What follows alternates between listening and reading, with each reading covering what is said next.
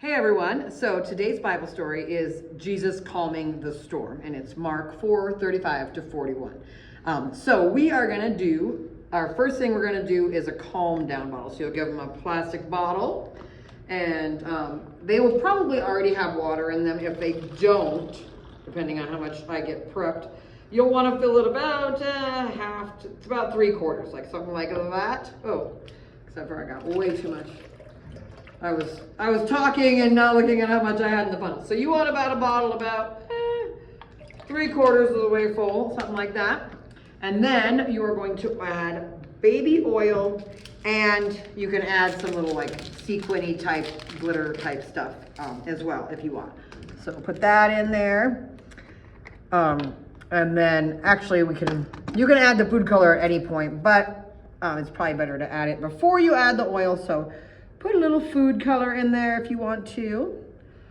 Make it pretty. And then we will add oil on top. And so you want to get quite a bit of oil in there so you got a nice layer that you can see. So about like something like that. So you got a nice layer of it there. And then you're just going to put the lid on. And you definitely want to use some duct tape on the lid because we don't want this bottle coming open and making a mess. So you can just put a little duct tape on the top. I got a little too far down on that one. Go a little less than that, and just secure the top of the bottle so that it's not just gonna pop open on them. And then they can just shake it up really good because sometimes there's storms in life, right?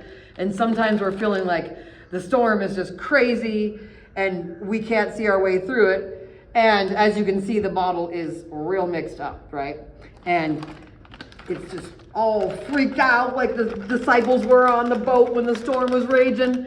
And then you're just gonna set your bottle down and have a discussion about, hey, so what happened? The disciples got really scared and they woke Jesus up, and Jesus was like, why are you scared? What's going on?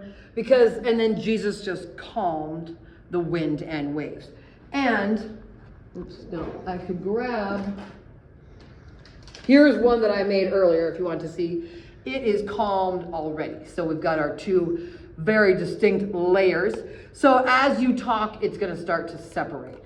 And so you can talk about how Jesus wasn't freaked out. He wasn't scared. He was calmly sleeping in the boat and the disciples were freaking out, right? And then Jesus got up and was like, why are you guys scared? And then they were more terrified because he was like, even the wind and the waves obey him. That's crazy, but Jesus just calmed it right down. He was never scared.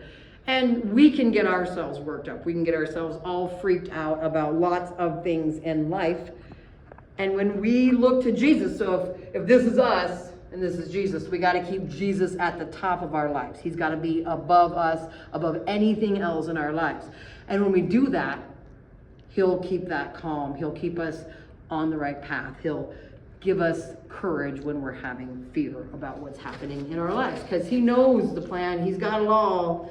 And he knows we don't have to be fearful because he's with us. He loves us, and he's going to help us through whatever we're facing. So as you can see, it's starting to separate out good. And it will eventually, we'll get all the color out of there and be clear.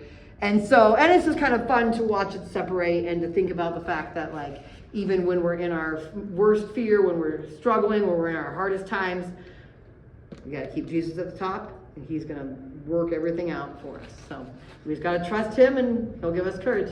Thanks for all you do.